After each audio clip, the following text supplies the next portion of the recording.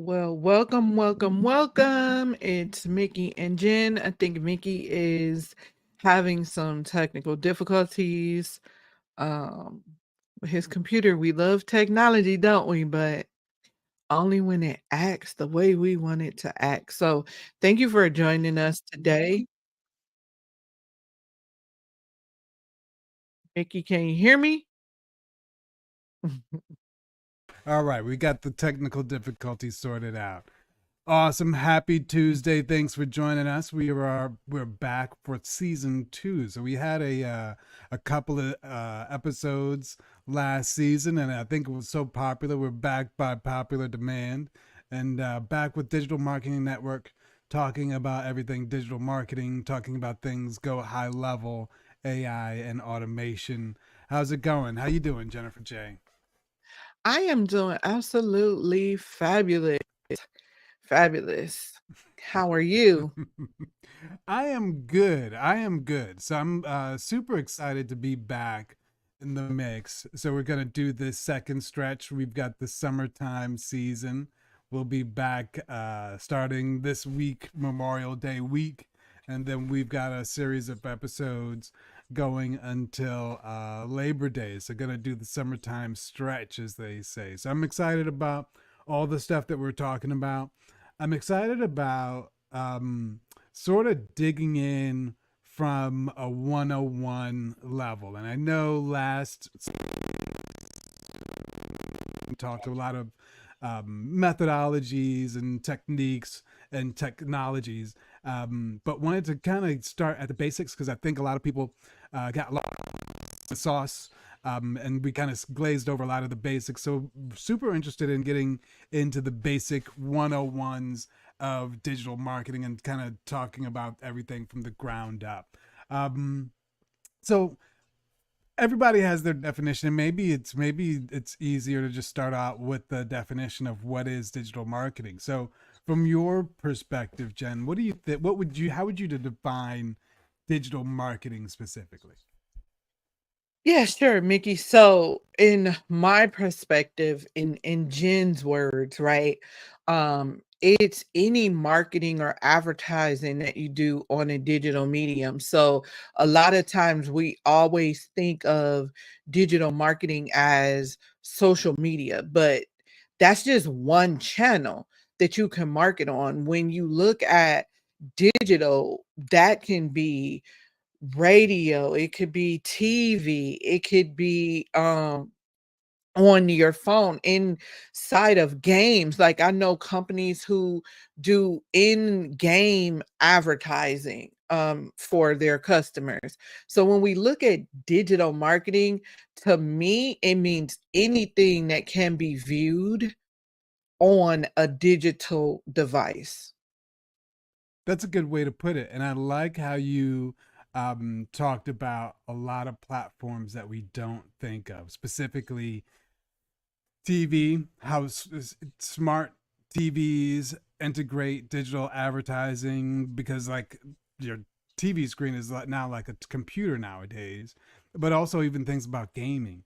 Because people, whether it be the music placements, product placements, there's a lot of opportunities in games, especially not even the hardcore games, but the casual games. So, like the solitaires and the word games where you'll see little advertising at the bottom.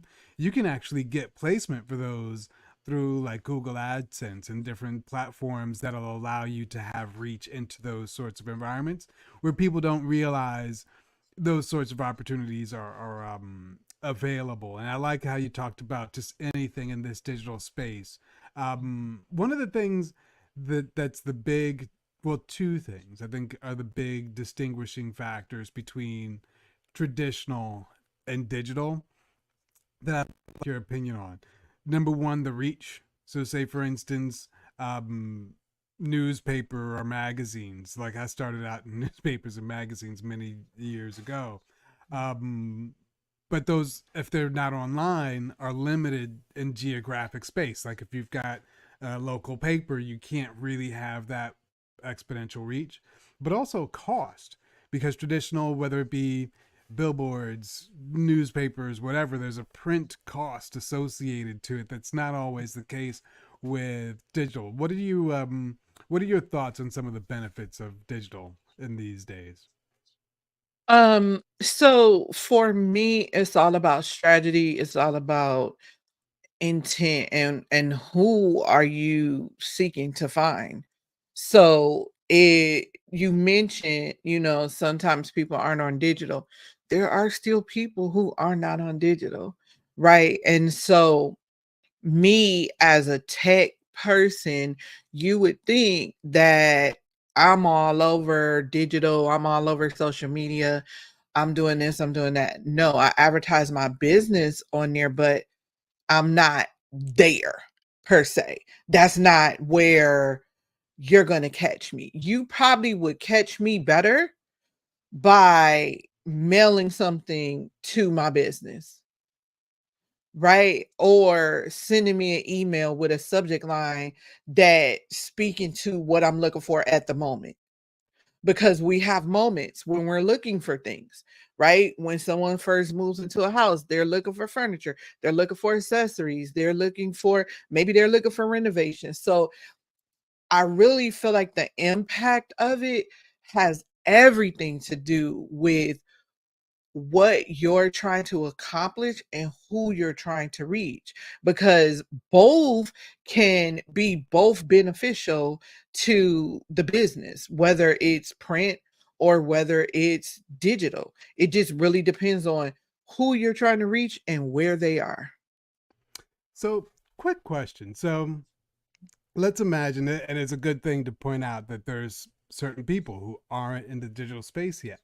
Mhm. So, if somebody had a business, and let's say, it's like Joe's Auto, or even an accountant who typically didn't do digital marketing and they're starting at zero, is there any one or two or even three things that someone starting from absolute zero could do to really move the needle for their business? Yeah, for sure. Awareness is key. So it's funny we're on this because I'm recording a presentation as soon as we get done, and it speaks to this, which is making sure people are aware that you're there and that you're the solution to the problem that they're looking for. And so in order to do that, there are a lot of things. I actually break it down in that video, and no, this is not a handoff because Mickey didn't know anything about it.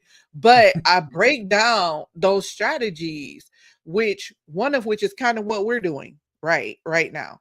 So we're creating a platform for ourselves to talk about the things that we want to talk about, to let people know that we have the solution to your problem because this is the area we're knowledgeable in. So it's the awareness factor. If you're zero, I'm going to talk about email marketing, building your email list so you have someone to market to. Because although I may not be on social media, I know if I'm looking for a certain thing, I'm going to look through my email for the person's email and say, oh, they told me how exactly to set up my email list. Let me go back to this email Jennifer sent because now that's where I'm at.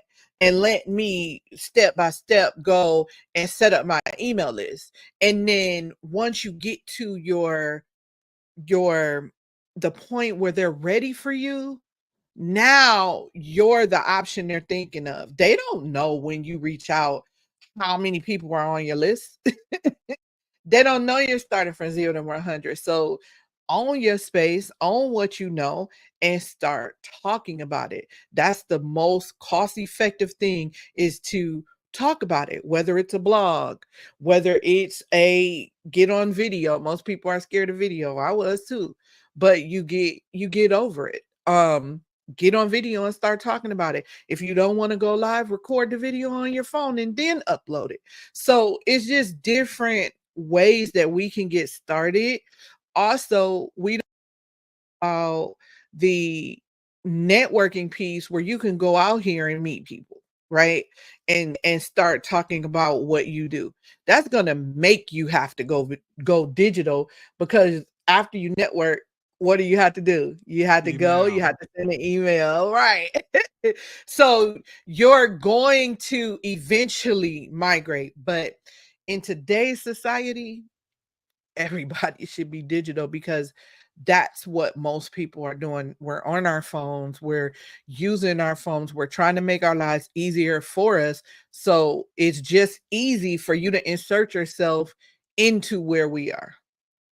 I like that. I like that, and I like that whole the aspect of creating an email list. I think you reiterated the value of it, even talking about if you were to go to a real world event, coming out of that, you have to follow up digitally, whether it be, email or following that person on social media.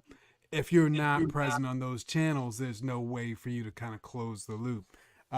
So I think that's a perfect place to start is that email list. And so I know at Network we have the CRM, and we actually do it in collaboration with Go High Level. What would you say is that a good place for people to start, or are there any particular tools that are good for people to start if they're starting at one? Yeah, I'm always going to opt for the strategy first and then the system. But when you are ready for the system, yeah, you could start there because you can start at a level that will help you work up to where you need to go. Right. We always look at one thing I think we fail as business owners at is when we first start, we're always looking at the price of things, not the benefit. So we look at the price first and then we think about the benefit. And I think we need to switch our thinking and say, okay, this is the price, but the benefit is this. And so I know there may be some people thinking, like, well, how am I going to pay for it? You're going to figure it out. You figure out every other part of your life. So if you want it, you're going to figure it out. I remember when I was leaving my 9 to 5 to run my business full time. And what I did was I'm like, look, if it get rough, I signed up for Lyft, I signed up for DoorDash, signed up for Uber Eats because the reality is you can go out here and run one day on any of those platforms and pay for your software purchase for the month. I mean, it's just reality. We have to be serious in our business and do what it takes to be able to make it successful. So yes, I would definitely start with high level because you could start wherever you are. If you just need to create an email list and manage an email list, you could do that. But everything else is there as you need it. People try to go into it and use everything. No, if you're just using email, just use email and build your list. This is all I'm gonna do. Oh, okay, wait a minute. I need to make a landing page real quick. Make you a little landing page, but you have it. And you can Gotcha. start in at the basic level of $97 a month. That is a good point in terms of starting out in a platform that can accommodate your growth versus starting out where it may be less expensive, but you're eventually going to have to leave it because it doesn't have all the built-in features that you're looking for. That's a Mm, really, really good point.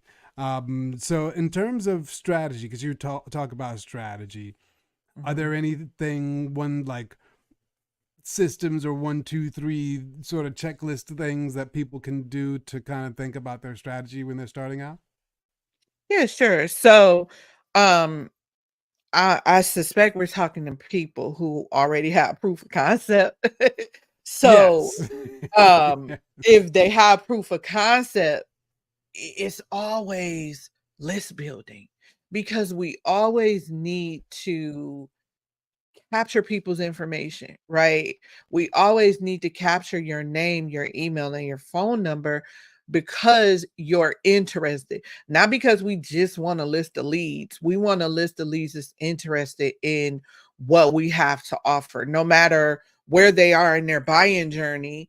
We want to make sure we have a list of people that we can market to no matter what happens. So, a lot of times we depend on the social media platforms to market. And we know technology is going to do what it do, right? It just is. But if you have their email and you have their phone number, you can always circumvent those things by sending them direct messaging to their devices, so that even if social media is down, you're still able to connect with them. I feel like that should be your number one strategy, whatever that is. We do have different tools inside of Go High Level that'll make that easier. As far as strategy wise, even on social media, if that's your strategy, then there's tools for that strategy which will allow you to be able to capture people's name, email, and phone number and get them off of social media. You can still engage with them there, but at least you have them in your CRM system so you can send direct messaging to them. So my strategy would be to start list building always first. And I didn't do that. Awesome.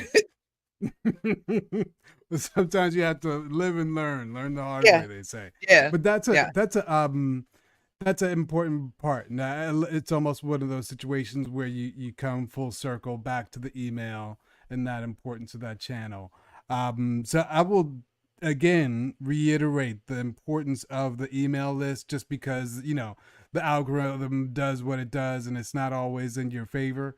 But your email list is a property that you're always going to own, no matter what happens to Facebook or Instagram. So, with that, we'll be back tomorrow. I think that's about our time today, but we'll be back tomorrow and picking up on the same topic. We'll be back on digital marketing, talk about go high level features and different strategies to make your business a success. Awesome. Any parting words? No, no, All no. right. Just have an automated day. Boom. Have an automated day. We'll see you tomorrow. Cheers, people.